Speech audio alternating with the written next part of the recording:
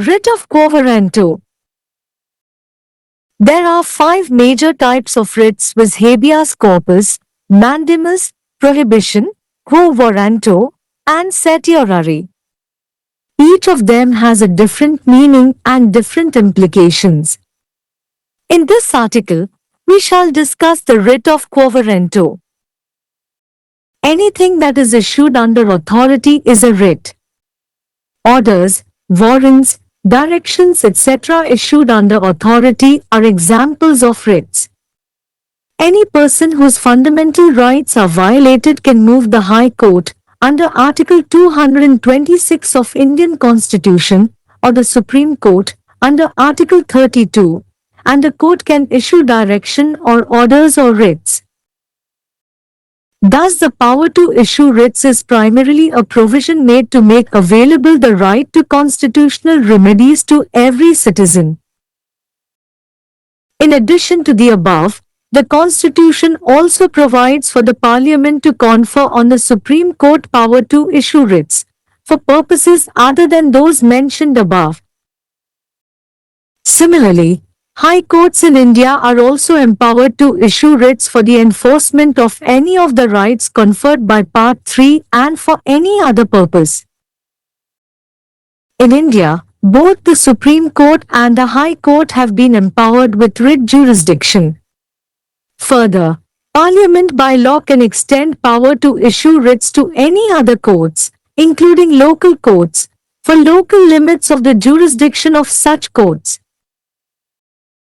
The word quo warranto literally means, by what warrants, or what is your authority? The writ of quo warranto is the writ which is issued directing subordinate authorities to show under what authority they are holding the office. If a person has usurped a public office, the court may direct him not to carry out any activities in the office or may announce the office to be vacant.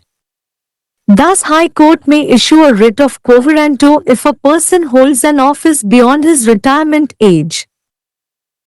The writ of quo warranto cannot be issued to a person working in a private field. This writ is issued to a person in an office, the legality of which is being questioned. Conditions for issue of THW writ of quo warranto. The office must be public and it must be created by a statute or by the Constitution itself. The office must be a substantive one and not merely the function or employment of a servant at the will and during the pleasure of another. There must have been a contravention of the Constitution or a statute or statutory instrument in appointing such person to that office. Case laws for writ of quo warranto. In University of Mysore v. Govinda Rao, AIR 1965 SC 491 case, the court opined that the writ of quo warranto calls upon the holder of a public office to show to the court under what authority he is holding the office in question. If he is not entitled to the office, the court may restrain him from acting in the office and may also declare the office to be vacant. In Amrendra v. Nartendra, AIR 1953 Call. 114 case, the court held that the writ lies in respect of a public office of a substantive character and not a private office such as membership of a school managing committee.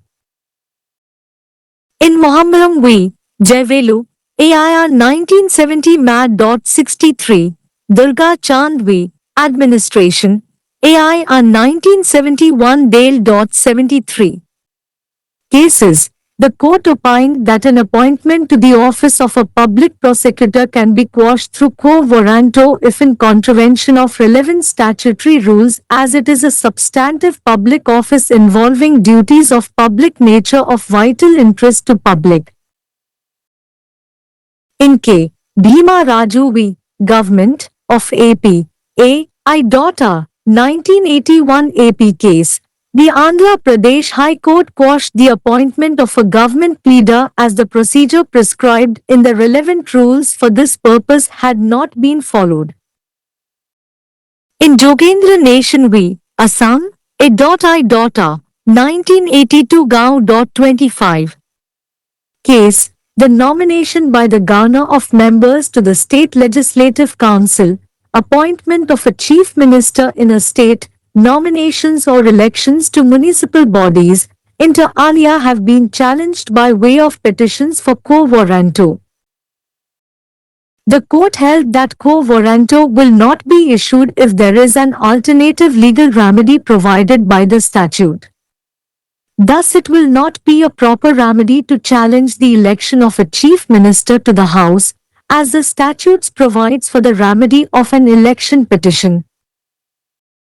In Niranjan Kumar V, University of Bihar, AIR 1973 Pad.85 case, the court held that the office of the principal of a private college has been held to be not a public office. An appointment to a public office cannot be challenged in a collateral proceeding. However, in Haryana v. Haryana Co-op Transport, AIR 1977 SC 237 case, the Supreme Court held that a person can challenge an award of a labor court under Article 226 by challenging the appointment of the presiding officer thereof on the ground that he was not qualified under the law to hold the office. The court ruled that the appointment was not being challenged collaterally in proceedings taken to challenge the award, but directly in substantive proceedings. The court not only quashed the appointment of the presiding officer but also set aside the award. In University of Mysore v. Govinda A.I. 1965 S.C.491, 494 case, the court held that a writ of quo warranto will issue in respect of an office only if the office is public. In Niranjan v. Bihar University, A.I. 1973 Pad.85, Para.3, Ramachandran v. Aligiriswani, AIR 1961 Mad.450, 455, 467 case, the court held that the writ of quo warranto will not lie in respect of office of a private charitable institution or of a private association. Thus, the managing committee of a private school, even though a small section of the public, which the students and guardians are interested in the school, is not an office of a public nature for the purpose of quo warranto. In Anand Bihari v. Ram Sahai, Ramachandran, 1916, IKB 595 case, the court held that a public office is one which is created by the constitution or a statute and the duties of which must be such in which public is interested. In this case, it was held that the office of Speaker of Legislative Assembly is a public office. In Puranlal v. P.C. Ghosh, A.I. 1970 Call.118 case, the court held that mere declaration that a person is elected to an office or mere appointment to a particular office is not sufficient for the issue of quo warranto unless such person actually accepts such office. In State of Assam v. Ranga Muhammad, AIR 1967 SC 903 case, the court found the transfer and posting of 2 district judges contrary to law, but did not issue quo warranto as it was a case of mere irregularity that did not make the occupation of office wrongful. Quo warranto writ. 5 முக்கிய வகையான ரிட்கள் உள்ளன, அதாவது habeas corpus, மண்டமஸ், தடை, Guo warranto மற்றும் செர்டியோராரி. அவை ஒவ்வொன்றும் வெவ்வேறு அர்த்தத்தையும் வெவ்வேறு தாக்கங்களையும் கொண்டுள்ளன. இந்த கட்டுரையில் குவோ வாரண்டோ ரிட் பற்றி விவாதிப்போம். அதிகாரத்தின் கீழ் பிறப்பிக்கப்படும் எதுவும் ஒரு ரிட் ஆகும். அதிகாரத்தின் கீழ் பிறப்பிக்கப்படும் உத்தரவுகள், வாரண்டுகள், உத்தரவுகள் போன்றவை ரிட்களுக்கு எடுத்துக்காட்டுகள். அடிப்படை உரிமைகள் மீறப்பட்டால் எந்தவொரு நபரும் உயர் நீதிமன்றத்தை இந்திய அரசியலமைப்பின் பிரிவு 226 இன் கீழ் அல்லது உச்ச நீதிமன்றத்தை பிரிவு 32 இன் கீழ் அணுகலாம். மேலும் நீதிமன்றம் உத்தரவுகள் அல்லது உத்தரவுகளை பிறப்பிக்கலாம். ஆகவே ரிட்களை பிறப்பிக்கும் அதிகாரம் முதன்மையாக ஒவ்வொரு குடிமகனுக்கும் அரசியலமைப்பு தீர்வுகளுக்கான உரிமையை வழங்குவதற்காக உருவாக்கப்பட்ட ஒரு ஏற்பாடாகும். மேற்கூறியவற்றைத் தவிர மேலே குறிப்பிடப்பட்ட நோக்கங்களுக்காக ரிட்களை வெளியிடும் அதிகாரத்தை உச்ச நீதிமன்றத்திற்கு வழங்கவும் அரசியலமைப்பு சட்டம் வழங்குகிறது. இதேபோல் இந்தியாவில் உள்ள உயர் நீதிமன்றங்கள் பகுதி 3 ஆல் வழங்கப்பட்ட எந்த ஒரு உரிமைகளையும் செயல்படுத்துவதற்கும் வேறு எந்த நோக்கத்திற்காகவும் ரிட்களை பிறப்பிக்கும் அதிகாரம் பெற்றுள்ளன. இந்தியாவில் உச்ச நீதிமன்றம் மற்றும் உயர் நீதிமன்றம் இரண்டும் ரிட் அதிகார வரம்பை பெற்றுள்ளன. மேலும் அத்தகைய நீதிமன்றங்களின் அதிகார வரம்பின் உள்ளூர் வரம்புகளுக்கு வேறு எந்த நீதிமன்றங்களுக்கும் உள்ளூர் நீதிமன்றங்கள் உட்பட ரிட்களை பிறப்பிக்கும் அதிகாரத்தை பாராளுமன்றம் சட்டத்தின் மூலம் நீட்டிக்க முடியும். குவரண்டோ என்ற வார்த்தையின் அர்த்தம் எந்த வாரண்டுகளால் அல்லது உங்கள் அதிகாரம் என்ன? ரிட் ஆ குவோ என்பது துணை அதிகாரிகள் எந்த அதிகாரத்தின் கீழ் பதவி வகிக்கிறார்கள் என்பதை காட்டுமாறு பிறப்பிக்கப்படும் ரிட் ஆகும். ஒரு நபர் ஒரு பொது அலுவலகத்தை அபகரித்திருந்தால் நீதிமன்றம் அவரை அலுவலகத்தில் எந்த நடவடிக்கைகளையும் மேற்கொள்ள வேண்டாம் என்று உத்தரவிடலாம் அல்லது அந்த அலுவலகம் காலியாக இருப்பதாக அறிவிக்கலாம். எனவே ஒருவர் ஓய்வு பெறும் வயதை தாண்டி ஒரு பதவியை வகித்தால் உயர் நீதிமன்றம் கோவாரண்டோ ரிட் பிறப்பிக்கலாம். தனியார் துறையில் பணிபுரியும் ஒருவருக்கு கோவாரண்டோ ரிட் பிறப்பிக்க முடியாது. இந்த ரிட் ஒரு அலுவலகத்தில் உள்ள ஒருவருக்கு வழங்கப்படுகிறது. அதன் சட்டப்பூர்வத்தன்மை கேள்விக்குறியாக உள்ளது. கோவாரண்டோ ரிட் வெளியிடுவதற்கான நிபந்தனைகள்: அந்த பதவி பொதுவில் இருக்க வேண்டும். மேலும் அது ஒரு சட்டத்தால் அல்லது அரசியலமைப்பால் உருவாக்கப்பட வேண்டும். அந்த பதவி ஒரு நிலையான ஒன்றாக இருக்க வேண்டும். வெறுமனே ஒரு ஊழியரின் விருப்பப்படி மற்றும் மற்றொருவரின் விருப்பத்தின் போது அவரது செயல்பாடு அல்லது பணியமர்த்தல் அல்ல. அத்தகைய நபரை அந்த பதவிக்கு நியமிப்பதில் அரசியலமைப்பு அல்லது சட்டம் அல்லது சட்டப்பூர்வ கருவியை மீறியிருக்க வேண்டும். கோவரண்டோ ரிட் வழக்கு சட்டங்கள்: மைசூர் பல்கலைக்கழகம் வி.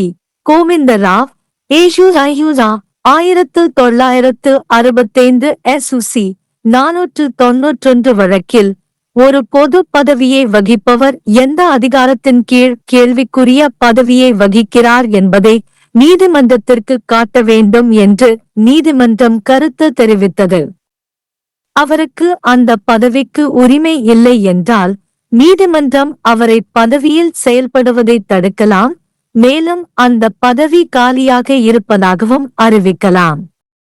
அமரேந்திரா எதிர் நர்தேந்திரா ஏஹிரா 1953 வழக்கில் நீதிமன்றம் தீர்ப்பாயம் பள்ளி நிர்வாகக் குழுவின் உறுப்பினர் போன்ற தனியார் அலுவலகத்திற்கு அல்ல, மாறாக ஒரு பொது அலுவலகத்திற்கு மட்டுமே பொருந்தும் என்று தீர்ப்பளித்தது.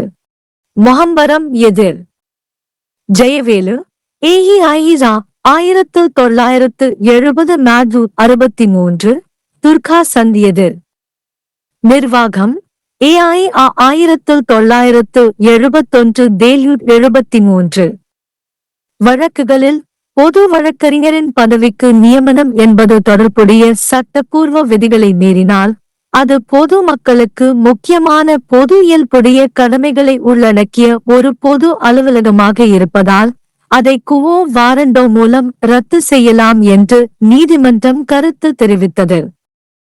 கே.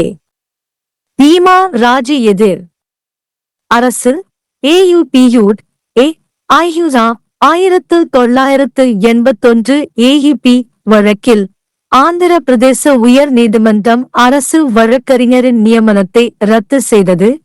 ஏனெனில் இந்த நோக்கத்திற்காக தொடர்புடைய விதிகளில் பரிந்துரைக்கப்பட்ட நடைமுறை பின்பற்றப்படவில்லை.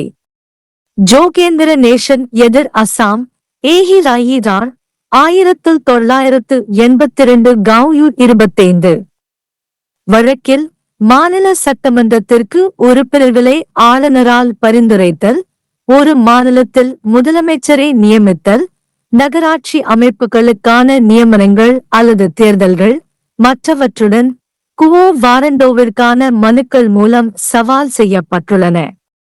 சட்டத்தால் வழங்கப்பட்ட மாற்று சட்ட தீர்வு இருந்தால் குவோ வாரண்டோ வழங்கப்படாது என்று நீதிமன்றம் கூறியது. எனவே சட்டமன்றத்திற்கு ஒரு முதலமைச்சரை தேர்ந்தெடுப்பதை சவால் செய்வது சரியான தீர்வாக இருக்காது, ஏனெனில் சட்டங்கள் ஒரு தேர்தல் மனுவின் தீர்வுக்கு வழிவகுக்கின்றன.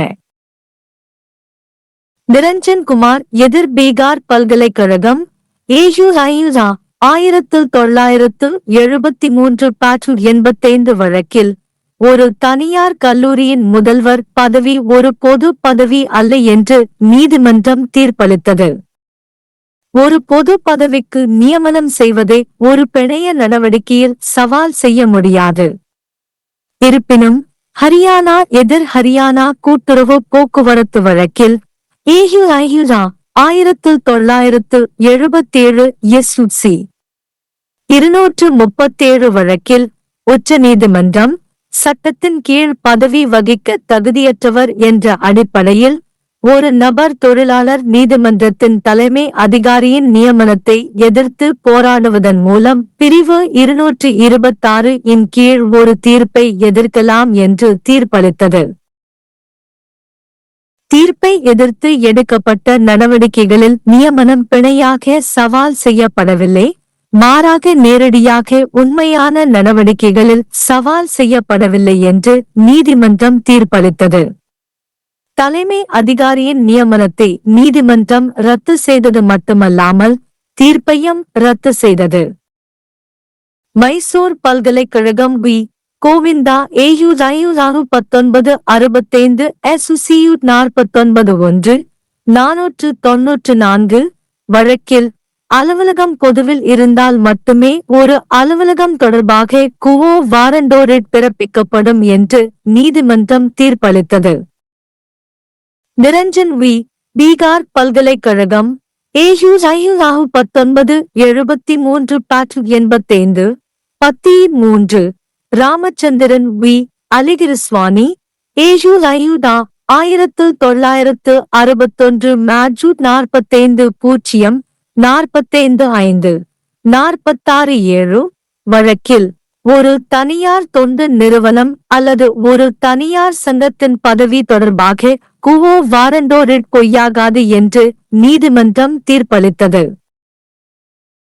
எனவே ஒரு தனியார் பள்ளியின் நிர்வாகக் குழு பொதுமக்களில் ஒரு சிறிய பகுதியினர், அதாவது மாணவர்கள் மற்றும் பாதுகாவலர்கள் பள்ளியில் ஆர்வமாக உள்ளனர், அது குவோ வாரண்டோ நோக்கத்திற்காக பொது இயல்புடைய அலுவலகம் அல்ல. ஆனந்த் பெஹாரி எதிர் ராம் சஹாய் ராமச்சந்திரன் 1916 IKB 595 வழக்கில் பொது அலுவலகம் என்பது அரசியலமைப்பு அல்லது ஒரு சட்டத்தால் உருவாக்கப்பட்ட ஒன்றாகும் என்றும் அதன் கடமைகள் பொதுமக்கள் ஆர்வமுள்ளவர்களாக இருக்க வேண்டும் என்றும் நீதிமன்றம் தீர்ப்பளித்தது. இந்த வழக்கில் சட்டமன்ற சபாநாயகர் பதவி ஒரு பொது அலுவலகம் என்று தீர்ப்பளிக்கப்பட்டது. குரான்லால் எதிர் PC கோஷ் ஏயுஐயுரா 1970 கோல்ஹு 11-8 வழக்கில் ஒரு நபர் ஒரு பதவிக்கு தேர்ந்தெடுக்கப்பட்டதாகவோ அல்லது ஒரு குறிப்பிட்ட பதவிக்கு நியமனம் செய்யப்பட்டதாகவோ அறிவித்தால் மட்டுமே அத்தகைய நபர் உண்மையில் அத்தகைய பதவியை ஏற்றுக்கொள்ளாவிட்டால் குவோ வாரண்டோ வழங்குவதற்கு போதுமானதாக இருக்காது என்று நீதிமன்றம் தீர்ப்பளித்தது. அசாம் மாநிலம் எதிர் ரங்கா முகமது ஏஹிஐயுரா 1967 எஸ்யுசி 903 வழக்கில் 2 மாவட்ட நீதிபதிகளின் இடமாற்றம் மற்றும் நியமனம் சட்டத்திற்கு முரணானது என்று நீதிமன்றம் கண்டறிந்தது. ஆனால் அது வெறும் ஒழுங்கற்ற வழக்கு என்பதால் பதவியில் அமர்த்தப்பட்டதை தவறாக கருதவில்லை என்பதால் குவோ வாரண்டோ பிறப்பிக்கவில்லை. अधिकार परीक्षा रिट। रिट के 5 मुख्य प्रकार हैं, जैसे बंदी प्रत्यक्षीकरण, परमादेश, निषेध, अधिकार परीक्षा और उत्प्रेषण। इनमें से प्रत्येक का अलग अलग अर्थ और अलग अलग निहितार्थ हैं। इस लेख में हम अधिकार परीक्षा रिट पर चर्चा करेंगे। प्राधिकरण के तहत जारी की गई कोई भी चीज रिट है। प्राधिकार के तहत जारी किए गए आदेश, वारंट, निर्देश आदि रिट के उदाहरण हैं। कोई भी व्यक्ति जिसके मौलिक अधिकारों का उल्लंघन किया जाता है, वह उच्च न्यायालय, भारतीय संविधान के अनुच्छेद 226 के तहत या सर्वोच्च न्यायालय अनुच्छेद 32 के तहत में जा सकता है और न्यायालय निर्देश या आदेश या रिट जारी कर सकता है। इस प्रकार रिट जारी करने की शक्ति मुख्य रूप से प्रत्येक नागरिक को संवैधानिक उपचारों का अधिकार उपलब्ध कराने के लिए किया गया प्रावधान है। उपर्युक्त के अतिरिक्त संविधान संसद को उपर्युक्त उद्देश्यों के अलावा अन्य उद्देश्यों के लिए रिट जारी करने की शक्ति प्रदान करने का भी प्रावधान करता है। इसी प्रकार भारत में उच्च न्यायालयों को भी भाग 3 द्वारा प्रदत्त किसी भी अधिकार के प्रवर्तन के लिए तथा किसी अन्य उद्देश्य के लिए रिट जारी करने का अधिकार है। भारत में सर्वोच्च न्यायालय तथा उच्च न्यायालय दोनों को रिट क्षेत्राधिकार से सशक्त किया गया है। इसके अतिरिक्त संसद कानून द्वारा किसी अन्य न्यायालय, स्थानीय न्यायालयों सहित को ऐसे न्यायालयों के क्षेत्राधिकार की स्थानीय सीमाओं के लिए रिट जारी करने की शक्ति प्रदान कर सकती है। को वारंटो शब्द का शाब्दिक अर्थ है किस वारंट द्वारा या आपका अधिकार क्या है। को वारंटो रिट वह रिट है जो अधीनस्थ अधिकारियों को यह दिखाने के लिए जारी की जाती है कि वे किस अधिकार के तहत पद धारण कर रहे हैं। यदि किसी व्यक्ति ने किसी सार्वजनिक पद पर कब्जा कर लिया है तो न्यायालय उसे कार्यालय में कोई भी गतिविधि न करने का निर्देश दे सकता है या कार्यालय को रिक्त घोषित कर सकता है। इस प्रकार यदि कोई व्यक्ति अपनी सेवानिवृत्ति आयु से परे कोई पद धारण करता है तो उच्च न्यायालय को वारंटो रिट जारी कर सकता है। को वारंटो रिट किसी निजी क्षेत्र में काम करने वाले व्यक्ति को जारी नहीं की जा सकती। यह रिट किसी ऐसे व्यक्ति को जारी की जाती है जो किसी ऐसे पद पर है जिसकी वैधता पर सवाल उठाया जा रहा है। को वारंटो रिट जारी करने की शर्तें। पद सार्वजनिक होना चाहिए और इसे किसी कानून या संविधान द्वारा ही बनाया जाना चाहिए।